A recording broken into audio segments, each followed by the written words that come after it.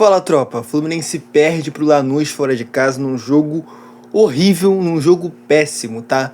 Fluminense perde naquele jogo que o time parece que faltou vontade pra jogar e falta também a qualidade pra finalizar. O Fluminense até teve algumas chances de fazer algumas, a finalização da jogada geralmente era péssima. O Lanús teve oportunidades de chegadas no Fluminense e no final, como sempre, o Fluminense toma um gol ali com a entrada do Soteldo, inclusive, tá? Soteldo entra, o Fluminense perde. Já tá virando um padrão. Soteldo entra em campo, o Fluminense perde a partida. Sensacional. Vou falar sobre o Soteldo, vou falar sobre essa derrota, vou falar sobre tudo que rolou nesse jogo, mas antes, para você que não me conhece, tá chegando aqui agora, meu nome é Gustavo, seja muito bem-vindo ao canal lá Tropa do Flusão. Apesar da derrota do Fluminense, já chega deixando like, chega se inscrevendo no canal, ativa o sininho para receber todas as notificações de todos os vídeos que eu postar e vambora, vamos falar sobre isso aqui. Eu geralmente começo aqui nos vídeos, se você já acompanha o canal, falando sobre escalação. E eu vou falar da escalação. Mas antes eu preciso comentar uma coisa, tá?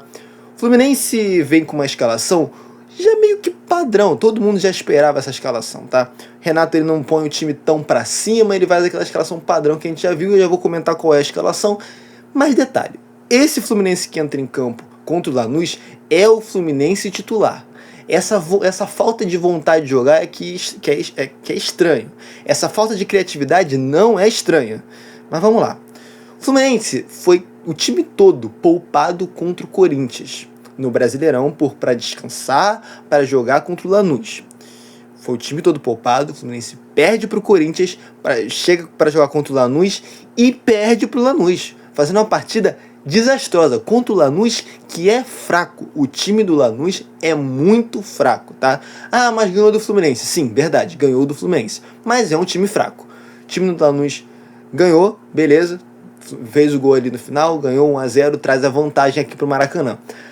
Agora, vamos lá.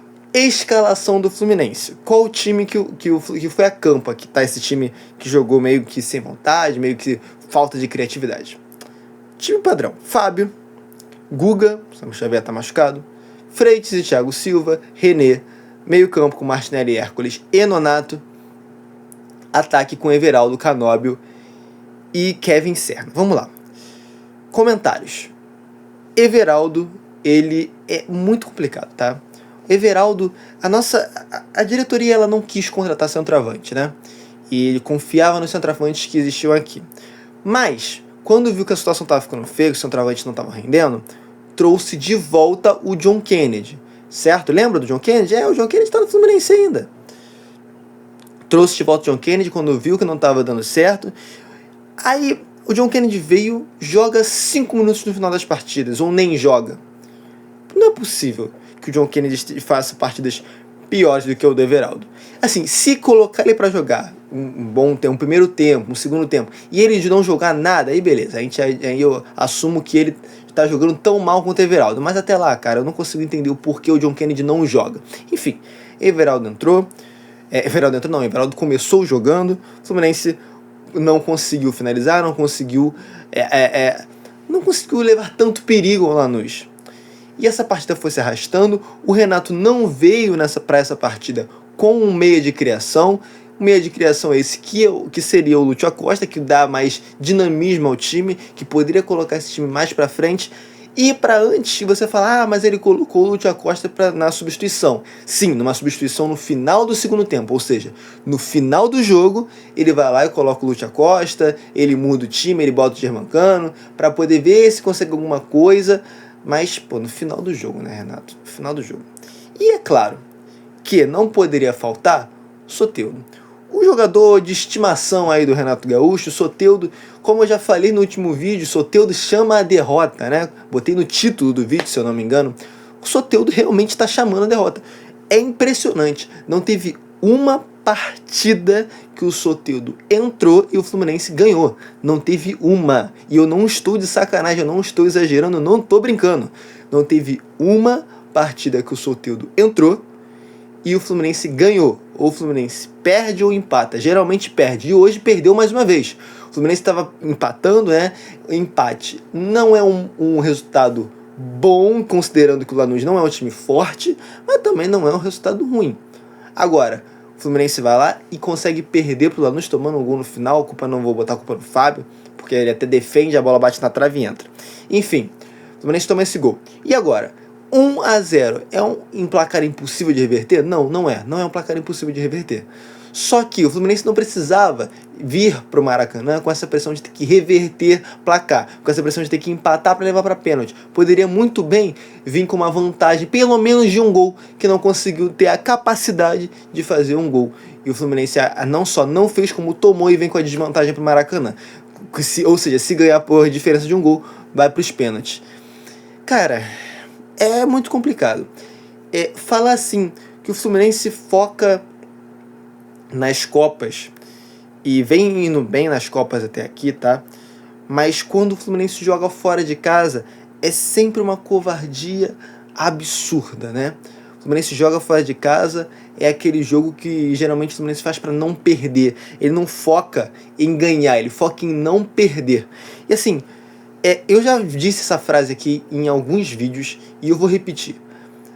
O medo de perder tira a vontade de ganhar. E é o que acontece várias vezes com o Fluminense, tá? Às vezes o medo absurdo de perder tira a vontade de ganhar. E o Fluminense agora vem pro Maracanã, vai ter que jogar esse jogo de volta no Maracanã com a desvantagem de um gol. Cara, como eu já falei, não é um placar impossível de reverter. O Lanús é um time fraco. O Fluminense tem capacidade para reverter. Agora, o problema do Fluminense não é só a covardia, é contar com certos jogadores que a gente sabe que não dá. Aí o problema do Renato, que bota os caras pra jogar, também, tá? Mas você olha pro banco de reserva, quais são as opções? Não tem tantas opções assim, né? E, claro, a diretoria que contratou esses caras. Como reposição pro John Arias, vem o Soteldo. Cara, todo mundo sabia que não ia dar certo. E o Soteldo vem provando aí que realmente ele não é nem perto da função do John Arias. O Everaldo seria o substituto para o Germancano, que não vem jogando bem, lesionou e não recuperou o seu futebol que a gente esperava que ele jogasse, o futebol que jogou em 22, o futebol que jogou em 23, ele lesionou e também ficou mais velho, né, cara? Então, o futebol do Germancano a gente precisava de um outro, não veio, né, o futebol do Germancano não voltou do jeito que era, a gente precisava de um outro centroavante, veio o Everaldo. Antes do Everaldo veio o Paulo Baia, entendeu? Essas soluções. Aí vem o John Kennedy para ajudar, não joga. Coisas que precisam ser cobradas para a diretoria, né? Coisas que precisam ser ditas no Fluminense, entre a torcida, enfim, precisam ser cobrados. Enfim, rapaziada, o Fluminense perde pro Lanús na Sul-Americana, tem que reverter esse placar no jogo de volta, espero que consiga reverter, porque tem time, tem capacidade para isso, e agora não tem mais como ser covarde, né? Agora tem que buscar o resultado no Maracanã. Enfim, se você assistiu até aqui, não deixou o like, não se inscreveu no canal, deixa o like, se inscreve no canal para dar aquela força, aquela moral. Ativa o sininho para receber notificação de todos os vídeos que eu postar. E é isso, rapaziada. Até o próximo vídeo. Até o próximo jogo do Fluminense. Até a próxima notícia que eu via trazendo para vocês. E é isso.